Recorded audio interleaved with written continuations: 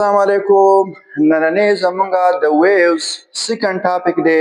second lecture دی او نن به مونږ وایو types of waves. types of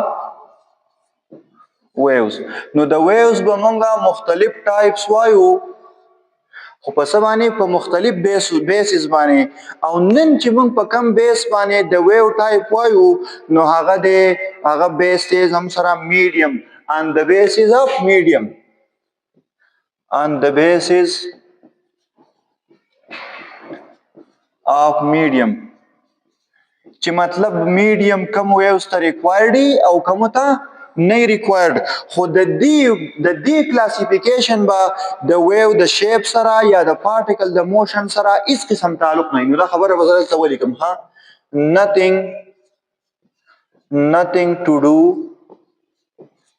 to do with wave motion or particle motion د دې با د ویو موشن سره یا د پارټیکلز د موشن سره هیڅ قسم تعلق نه صرف پیور په دې بنیاد باندې به مونږه د ویوز کلاسیفیکیشن نن وایو چې مطلب زمو سره کوم ویوز ته میډیم ریکوایرډ او کوم ویوز ته میډیم ریکوایرډ نه نو په دې بیس باندې زمو سره د ویوز ټو ټایپس دي خو چې تاسو ته پته وي ښه ان د بیسز اف میډیم یو ته مونږ وایو میکانیکل ویوز او دویم نمبر ټایپ ته مونږ وایو electromagnetic waves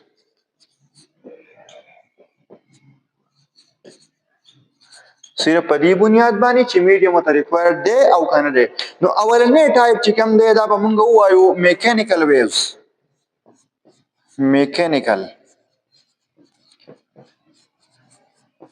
او میکانیکل ویوز زمون سره هغه ویوز دي چې دې ته به میډیم ریکوایرډ دي mechanical waves are those waves which needs a medium those waves which requires a medium for their propagation دا ویو چې کوم رواني کنه نو د دې ویو د دې موشن د پاره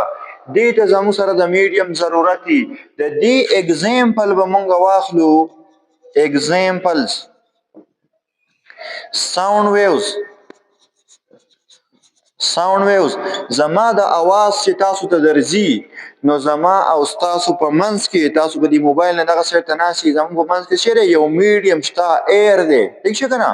کدا ایر مونږ د منځ نه درې کو میډیم ختم کړو بیا به زما आवाज تاسو ته نه درځي نو ساوند ویوز هم سره د سی ویوز دي چې دې ته بعد د میډیم ضرورت دي بل اگزامپل موږ ته دی واخلو ویوز ان ا سټرینګ په یو سیلۍ کې په یو تار کې چې موږ کوم ویوز جوړو سیلۍ لمږ سي جرک ورکو په دې کې ویوز جوړ شو نو دی ویوز ته هم سره د ضرورت دي د میډیم ضرورت دي اوس شیپ څه ورته کار نشته تاسو ګرانو چې د ساوند ویو شیپ جدا دی د دې جدا دی شیپ په بیسس باندې کلاسیفیکیشن موږ په نیکسټ لیکچر کې وایو دا صرف د میډیم په بیس باندې دي خو واټر په سرفیس باندې چې کوم ویوز جوړيږي واټر ویوز ٹھیک شو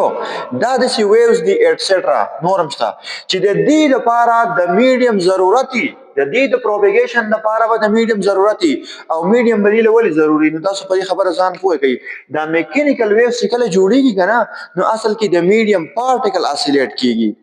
کپري ویوز ان سټرینګ دی که واټر ویوز دی که ساوند ویوز دی میډیم کې چې کم دا رواني دا ویوز چې په کم میډیم کې رواني دا غي میډیم پارټیکل د خپل مین پوزیشن نه کاته پره یا مخ وروسته اسیلیشن کوي ځکه دا ویوز جوړیږي نو مونږ وایو ان میکانیکل ویوز دا خبره پکې ضروری ده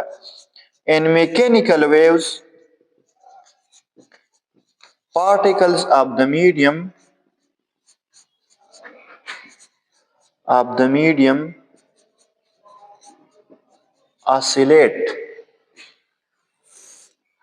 oscillate about their mean position ٹھیک شو نن موږ صرف ډیفینیشنز وایو ها او کلاسیفیکیشن کوو موږ به فګرز او نور ټولې قصې به بعد کې کوو. دویم نمبر چې زموږ سره کوم ویوز دي هغې ته وایي الکترومیګنیټک ویوز. الکترومیګنیټک ویوز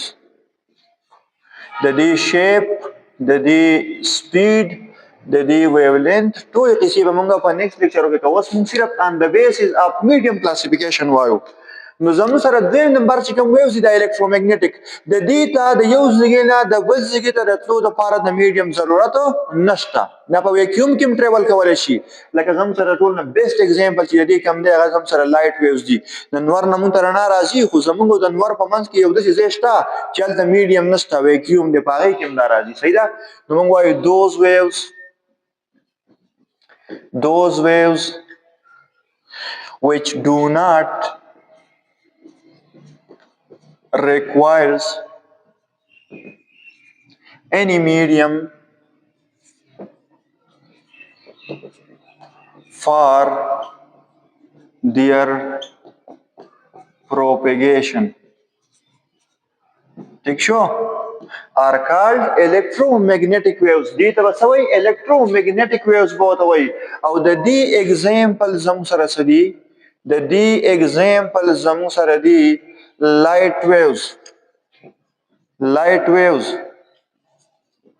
x-rays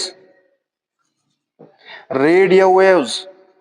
دا زموږ سره داسې ویوز دي چې دا په میډیم ډیپینډ نه کوي دا د میډیم نه بغیر هم پروپیګیشن هم سره کولی شي. ٹھیک شو او په دې الکترومیګنیټک ویوز کې به زموږ سره الکتریک اینډ میګنیټک فیلډز الکتریک فیلډ موږ په ای ریپرزینټ کوو او میګنیټک فیلډ موږ په بی ریپرزینټ کوو. نو الکتریک او میګنیټک فیلډ به پکې اسیلیشن کوي. لکه تاسو دلته ما وویل که نه دلته به زموږ سره پارټیکل اف د میډیم اسیلیشن کوي. دلته به زموږ سره الکتریک او میګنیټک فیلډ اسیلیشن کوي. پارټیکل اف د میډیم به اسیلیشن نه کوي. په دې وجه باندې دې ته څه میډیم ریکوایر نه دی. نو دا زموږ سره آن د بیسز اف میډیم د ویوز کلاسیفیکیشن شو. که چاته په دې کې څه قسم کوېسچن وي نو تاسو زموږ نه کوېسچن کولی شئ. تھینک یو ویری مچ.